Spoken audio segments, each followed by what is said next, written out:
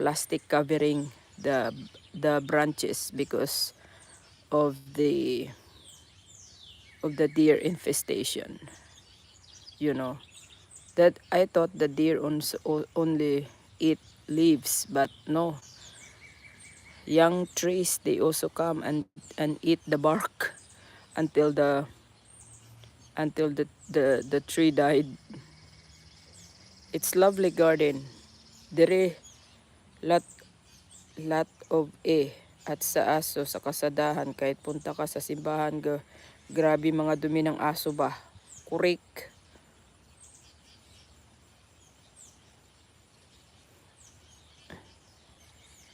Dear, I am near to 2K family. Give me a shout out. Las Vegas video was superb. Oh, thank you so much. Thank you, Coffee and Clicks, for watching my videos. It helped me. Good job, good job. Thank you so much. Oo, uy, sa amin din si Marilyn. Is the same. Buhian. Manjud nila ila mga iro. Kurik. Kaya aso ko sa Pilipinas, sa Romblon, hindi ko siya, nasa bahay lang sila. Tapos nakalish sila. Kasi may manghikog man na police. The police come to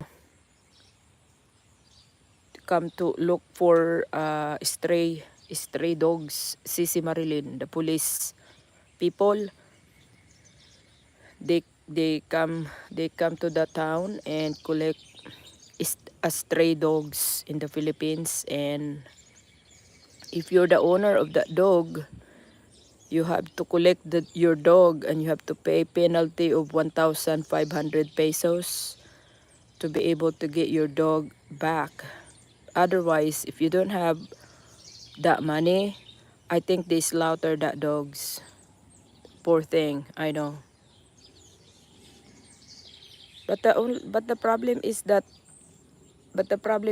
the owners of the dog, they don't have a discipline, they just let their dog out of the street, and you know and that's what happened. So that's why we have a lot of dog poops in the street.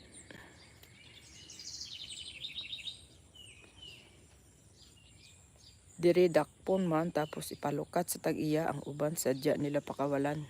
Kurik. Yes, sa amin din sa Romblon.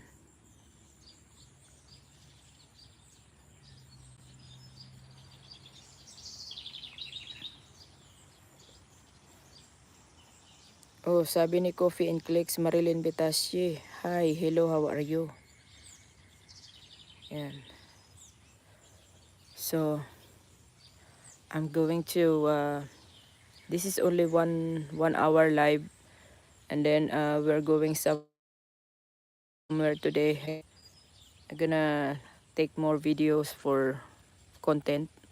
I think we're going for a horse racing today. And that's gonna be my first time to see a horse racing event here in St. Louis. Sisi. Bisan ila ipasyal, pasagdan lang nila. Uy, biyaan lang ang dumi. Ay, not good. That's not good, si Marilyn. Dito ang mga aso. Here, ang mga aso out of the family yan nila, sis. They bring plastic bags from the house. And then they took the dog for walk. And if they do if they poop in on the grass, not on the street but in the grass, they clean up the dog poop, and they put it in the plastic bag, and they put it in the right place.